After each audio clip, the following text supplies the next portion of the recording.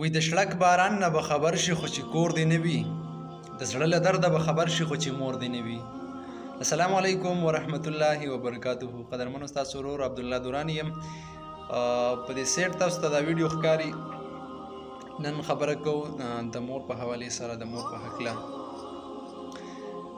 مور پلار یوه داسې هستي ده چې دا په ژوند کې یو ځل ملاویږي، یو ځل انسان ته ورکړی کېږي. که چېرې مور پلار زمونږ لاړل او الله دې نه کړي وفات شو، د دې دنیا نه رخصت شو، نو په دې دنیا کې بیا مور پلار دوباره نه ملاویږي. بس چې لاړ بیا قصه ختمه. نو مور د بچي دپاره څومره کوششونه کوي، څومره خواریانې کوي، څومره تکلیفونه په ځان برداشت کوي او څومره د هغې دپاره خفه کېږي. تاسو په دې سیټ دا مرغۍ تاسو ته ښکاري، د دې ځای کې جاله ده، جاله یې ځان له جوړه کړې ده. په هغه جاله کې د دې بچي نه دی، سوري خدای پاکه، په دې کې د هغې انډې دي. افریدي خلک ورته وایي او موږ ورته انډې وایو. نو دې کې هغې انډې اچولي دي، هغه په هغه خپلو انډو باندې لکه یعنې بچي هم نه دي پیدا شوي، خو په هغه انډو باندې دومره دغه ده چې هغه ګاډی پې داسې راشي او داسې پې هغه راښکته کړي، خو هغه نه پرېږدي چې دا انډې باندې دا ګاډی راشي او دا انډې راله خرابې کړي، زما بچي ضایع شي، زما تکلیف ضایع شي، زما خواري ضایع شي. قربان مورې، د مور د مینې نه قربان، آی لو یو مورې. نو مطلب مې دا و چې د خپلو میندو، د خپل مور پلار ډېر خیال وساتئ. دا په ژوند کې عظیمې رشتې دي، دا په ژوند کې یو ځل ملاویږي، دا بیا نه ملاویږي. بس چې لاړې قصه ختمه، بیا دوباره د دې ملاوېدل نشته دی. مور د خپل بچي دپاره څومره سختې، څومره تکلیفونه برداشت کړي، او چې بیا بچی رالوی شي، بچی خپل مقام ته ورسي، کله بچی واده وکړي، نو بیا مور بیا شاته کړي. مورې وایي ته بس ځه، اوس تا چې کوم دی څه حق څه حصه نشته دی.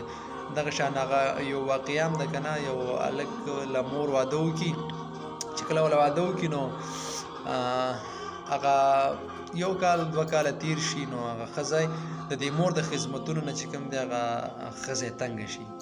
چې کله هغه ښځه تنګه شي، هغه ښځه خاوند ته ووایي چې بس تا له دې مور پلار به تا له ډېر دغه کړي، خدمتونه کړي، حساب کتاب دې مور سره وکړو، بس چې څومره دغې کېږي، څومره حساب یې کېږي، بس په یو ځل وله ټول ورکړو، بس ځان به ترې خلاص کړو او خپل ژوند به کوو. هغې څه مجبوره کړه چې هغې ورته څه ویلي چې بس ګوره د مور سره حساب نه کېږي، د مور سره زه څنګه حساب وکړم، بس خو به هغې مجبوره کړی دی. بس هلک مور ته ویلي دي چې مورې تا ما سره ډېر دغه کړی، ستا ما دپاره ډېر تکلیفونه تېر کړي دي، ډېرې خوارۍ دې کړي دي، خو د دې خو به خامخا څه دغه به وي که نه، څه حد به وي. نو زه ویمه چې راځه حساب کتاب به وکړو، او ستا چې ما سره څومره حق کېږي بس هغه به تاله زه په یو ځای باندې درکړمه، او بس ستا به خپله شي، زما به خپله شي.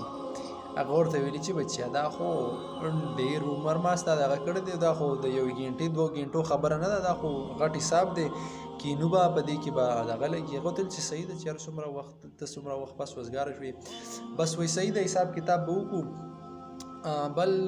بس داسې شي چې د جمعې شپه وه، د جمعې شپه بس د مور چې کوم دی لوټه راډاکه کړې ده، د یخو اوبو نه لوټه راډاکه کړې ده، او بس چې راغلی د زوی کمرې ته چې کتلی زوی په ډبل بیډ کې وروره ښه په ارامه سینه د دې خوبونه کوي. نو د مور ته دا کمبل اوچته کړې ده، او د یو سیټ ته وله دا نیمه لوټه اوبه اړولي دي.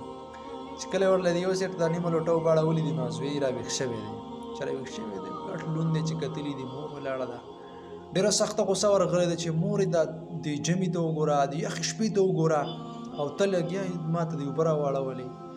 بس هغه مور ته غږ نه دی کړی، په دا نیمه لوټې ورله د بل سیټ ته اړولې ده.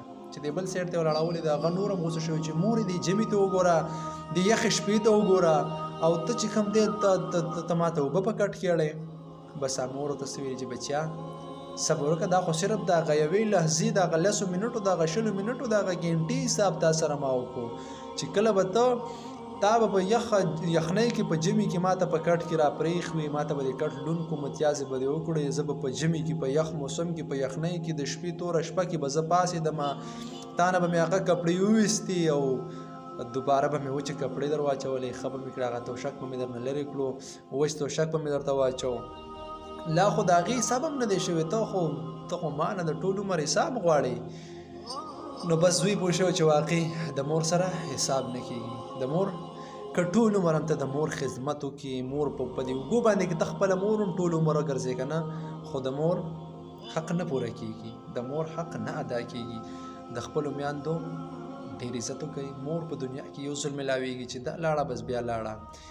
او پیج د سره لایک فالو او شیر کړئ د پیج نه، انشاءالله موږ تاسو ته دغه شان ښایسته ښایسته عبرتناکې ویډیو مخې ته راوړو. چېرته هم چې ښاد آباد خوشحاله بریالي اوسئ. ما ته راکړئ اجازت د بلې ویډیو پورې. د لوی الله په امان. السلام علیکم ورحمة الله وبرکاته.